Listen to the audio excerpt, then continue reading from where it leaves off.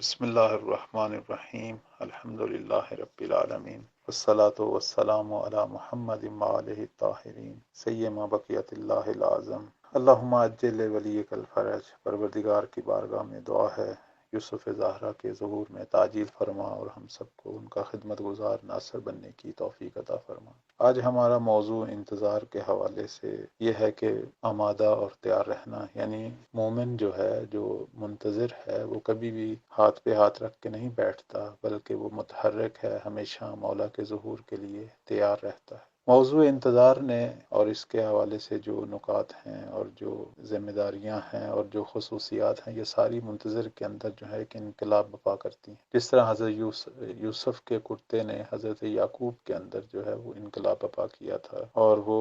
منتظر ہو گئے تھے جناب یوسف کے کرتے کی خوشبو جب پہنچی تو انہوں نے ان کے جمال کے زیارت، ان کے دیدار اور ظہور یوسف کا جو ہے انتظار کرنا شروع کر دیا۔ اسی طرح بحث انتظار جو ہے وہ منتظر کو بھی اسی طرح اندر سے زندہ کرتی ہے، متحرک کرتی ہے کہ وہ اپنے مولا کے ظہور کے لیے متحرک منتظر بنتا ہے، اور جہاں تک اس کی کوشش ہو گفتار کردار سے وہ اپنے مولا کے ظہور کے لیے راہ ہموار کرتا ہے۔ جہاں تک بات ہے حضرت یوسف کے کرتے کے حوالے سے، یہاں ایک مفصل روایت ہے جو امام صادق علیہ السلام سے مفضل ابن عمر جو ہے وہ نقل کرتے ہیں کہ امام نے یہ فرمایا، کیا تم جانتے ہو کہ حضرت یوسف علیہ السلام کا کرتا کیا تھا؟ میں نے عرض کیا، نہیں مولا۔ تو آپ نے فرمایا، جب حضرت ابراہیم علیہ السلام کے لیے آگ جلائی گئی تو حضرت جبرائیل علیہ السلام ان کے لیے کرتا لے کر آئے جو انہیں پہنایا، تاکہ اس کرتے کی وجہ سے وہ سردی اور گرمی جو ہے اس سے محفوظ رہیں۔ یعنی وہ کرتا تھا جس نے آگ کی گرمی سے جناب ابراہیم علیہ السلام کو بچایا۔ اور جب حضرت ابراہیم کی وفات کا وقت آیا تو انہوں نے اس کو ایک تعویذ کی شکل میں کرتے کو باندھ لیا اور اسے حضرت اسحاق جو ہے علیہ السلام ان کی گردن پر آویزاں کر دیا۔ اور جب حضرت اسحاق کا آخری وقت آیا تو انہوں نے یہ تعویذ جو ہے حضرت یعقوب کو دیا، اور حضرت یعقوب نے جب حضرت یوسف پیدا ہوئے تو ان کے بازو پر یہ تعویذ باندھ دیا۔ اور پھر معاملہ یہاں تک پہنچا کہ جب حضرت یوسف علیہ السلام نے مصر میں اس کو کرتے کو تعویذ سے باہر نکالا تو حضرت یعقوب نے کنعان میں اس کی خوشبو کو محسوس کیا۔ تو اس لیے ہم دیکھتے ہیں کہ قرآن مجید میں حضرت یعقوب کا یہ فرمان ہے کہ اگر تم لوگ مجھے غلطی کی طرف نسبت نہ دو تو میں یوسف کی خوشبو محسوس کر رہا ہوں۔ اور یہ وہی کرتا ہے جو جنت سے لایا گیا تھا۔ تو پھر اس کے بعد راوی پوچھتا ہے کہ میں آپ پر قربان جاؤں مولا، یہ کرتا اب کس کے ہاتھ میں ہے؟ فرمایا، اس کے جو اہل ہیں ان کے پاس ہے، جب ہمارے قائم ظہور کریں گے تو یہ کرتا ان کے ساتھ ہوگا۔ پھر فرمایا کہ ہر نبی نے علم یا کوئی اور چیز جو بھی وراثت ملی ہے وہ سب کی سب حضرت محمد صلی اللہ علیہ وآلہ وسلم تک پہنچی ہے۔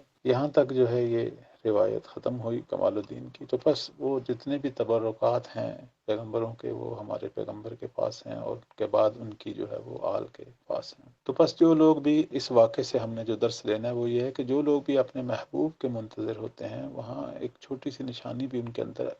بہت بڑا اثر چھوڑتی ہے۔ جو جس طرح حضرت یعقوب جو کہ حضرت یوسف کے منتظر تھے، تو ایک کرتے کی خوشبو نے ان کے اندر کتنا انقلاب برپا کیا، اور وہ دل و جان سے منتظر ہو گئے حضرت یوسف کے۔ تو اسی طرح ہم امام عصر علیہ السلام کے زمانے میں ہیں اور ان کا ظہور کا انتظار ہو رہا ہے، تو یہاں ان کی تو بے پناہ نشانیاں ہیں، ان کا بے پناہ فیض ہے۔ تو اس کا اثر ہمارے وجود پہ بھی ہونا چاہیے کہ ہمارے اندر بھی تحرک پیدا ہو،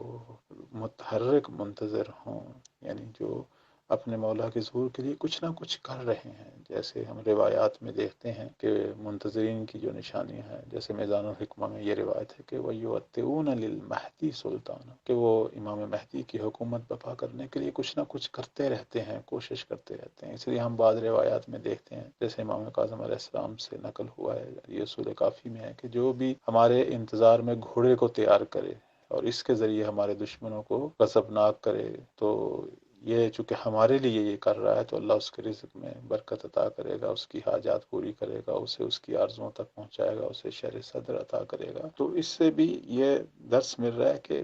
کوئی بھی کام جو ظہور کو نزدیک کر سکتا ہے، اور اس میں اپنی تربیت ہے، اپنے بچوں کی تربیت ہے، اپنے ماحول میں لوگوں کو مولا کے حوالے سے آگاہی دینا ہے، یہ ساری چیزیں وہی حرکت ہے۔ یہاں لازمی نہیں ہے مراد کہ ہم کوئی گھوڑا یا کوئی تلوار تیار کریں، وہ ایک